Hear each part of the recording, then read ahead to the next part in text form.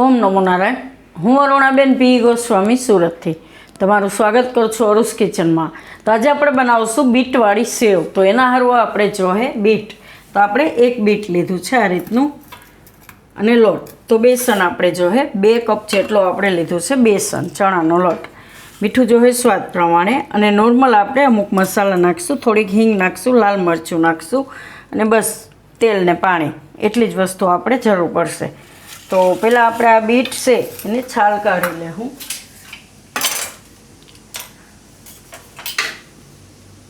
ધોઈ નાખ્યું છે ને આપણે પહેલાંથી જ.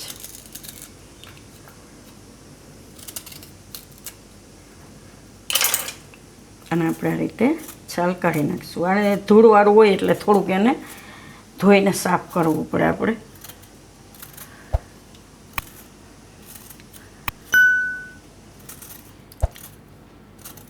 એક જ બીટ આપણે ઘણું થઈ જશે.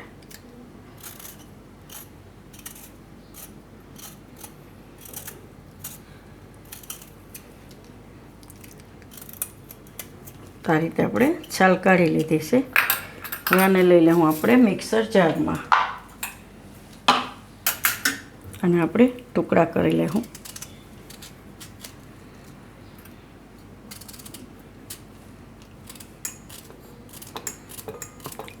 આ રીતે નાની આપણે બનાવી લેવું પ્યુરી. જરૂર પડે તો પીસવામાં થોડુંક પાણી નાખવાનું, એમ આને પીસવામાં જરૂર પડે તો. આને આપણે પીસી લીધું આ રીતનું, થોડુંક પાણી નાખીને. બહુ વધારે પાણી નહીં નાખવાનું, નકર ઉડે. આ રીતનું આપણે પીસી લીધું. હવે એને આપણે ગાળી લેવું. તો આ રીતની કોઈ પણ એક ગળણી લઈને જેમાં આપણે લોટ બાંધવાનો હોય એમાં જ આપણે એને ગાળી લેવું. કેમ કે આમાં પછી રેસા કે અમુક રહી જાય, આમનામ આપણે ન નાખીએ, નહીં તો હંચામાં પાછું નીકળે નહીં, એમ હંચામાં ફસાઈ જાય.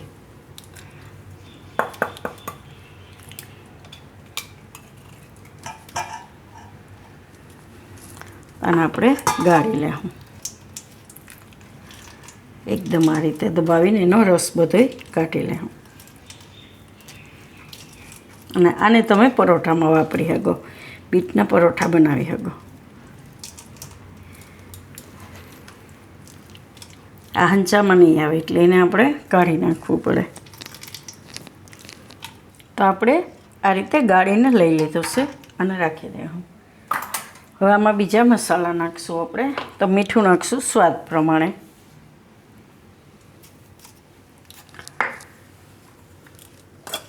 થોડુંક આપણે એમાં લાલ મરચું નાખીશું, થોડીક તીખાશ માટે એમ. થોડીક હિંગ નાખીશું. બસ આટલી જ વસ્તુ જરૂર પડશે આપણે. તો લોટ બાંધીએ એ પહેલાં આપણે ગેસ ચાલુ કરી દેવું, એટલે તેલ આપણું ગરમ થઈ જાય.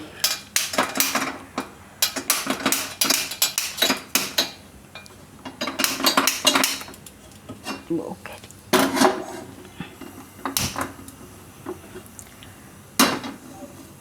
હવે આપણે લોટ બાંધી લેવું. તો આમાં આપણે નાખી દેવું આ લોટ બધોય. નાને આપણે ચારીને જ લીધો છે. પહેલાં આમાં મિક્સ કરી લેવાનું આપણે બધું, પછી જરૂર પડે તો જ એમાં આપણે પાણી નાખવાનું. અને એવું લાગે કે બીટનો રસ વધારે છે તો થોડોક તમે લોટ એમાં વધારે નાખી શકો.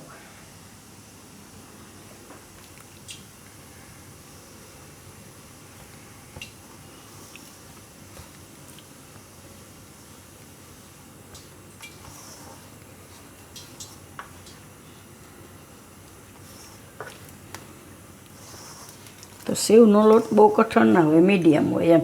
એટલે હંચામાં તમે આરામથી સેવ પાડી શકો એમ.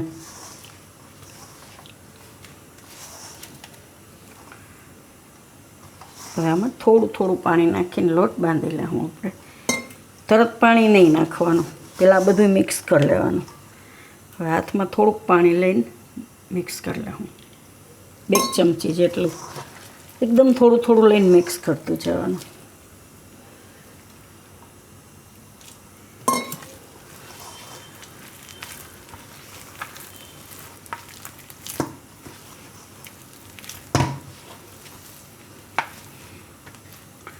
ચણાનો લોટ હોય ને હાથમાં ચોટે બહુ હોય.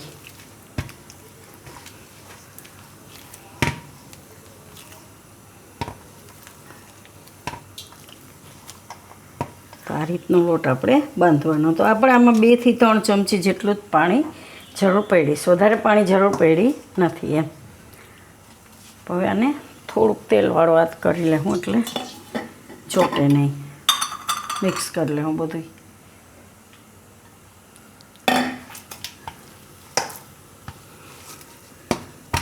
આ રીતનો લોટ જોઈએ આપણે. આ રીતે તેલવાળો હાથ કરશો ને એટલે હાથમાં નહીં ચોટે. એકદમ આ રીતનો સ્મૂથ લોટ બાંધવાનો. આ રીતનો.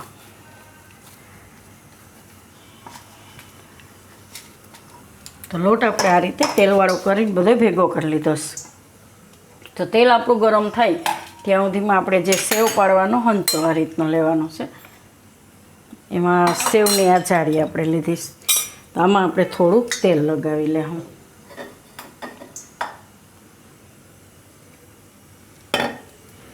તો હંચામાં અંદર બહાર બધે આપણે તેલ લગાવી લેવું આ રીતે, એટલે લોટ એમાં ચોટે નહીં. જાળીમાં અને બધે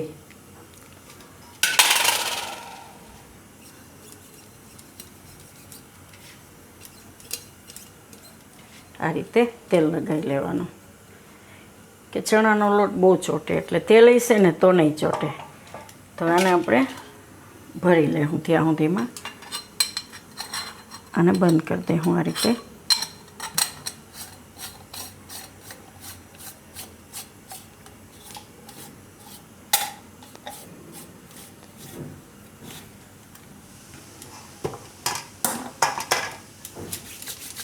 આ રીતે હંચામાં એકદમ આ રીતે પહેલાં થોડોક સ્મૂથ કરી લેવાનો.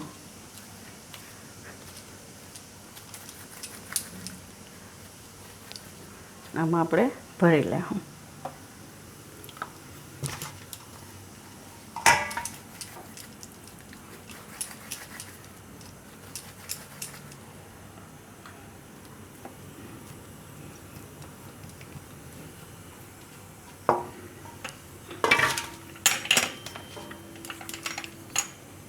અને બંધ કરી દેવું.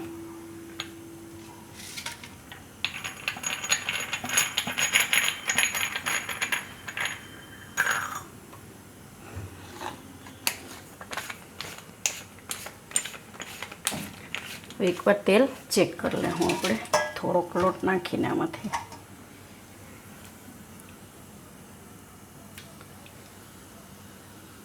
તો તેલ આપણું ગરમ થઈ ગયું છે.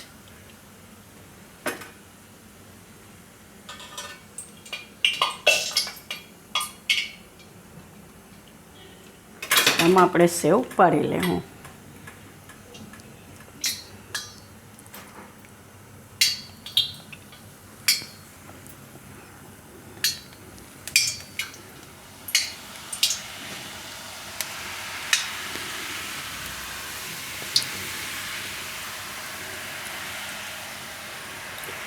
આ રીતે પડી ને પછી અવળો આટો ફેરવી દેવાનો એટલે લોટ નીકળતો બંધ થઈ જાય. આને આપણે ફેરવી લેવાનું.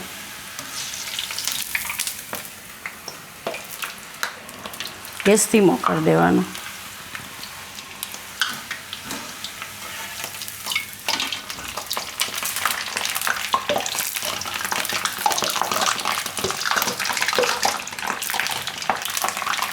તમારે આના કરતાં ઝીણી સેવ કરવી હોય તો એ તમે કરી શકો એમ. આને કાઢી લેવું. થોડીક વાર નીકાળી લેવું. તો આ બધી સેવ આ રીતે આપણે બનાવી લેવું. આમાં તો આપણે બધી બનાવી લીધી આ રીતે. આપણે 4 થી 4 ગુજરા જેટલું થયું. એકદમ મસ્ત લાગશે. કલર એકદમ સરસ આવ્યો છે. ખાવામાં સારી લાગશે. અને આવી રીતે બનાવી તો છોકરાઓ બીટવાળું ખાહે હોત એમ. એકદમ મસ્ત લાગશે ખાવામાં.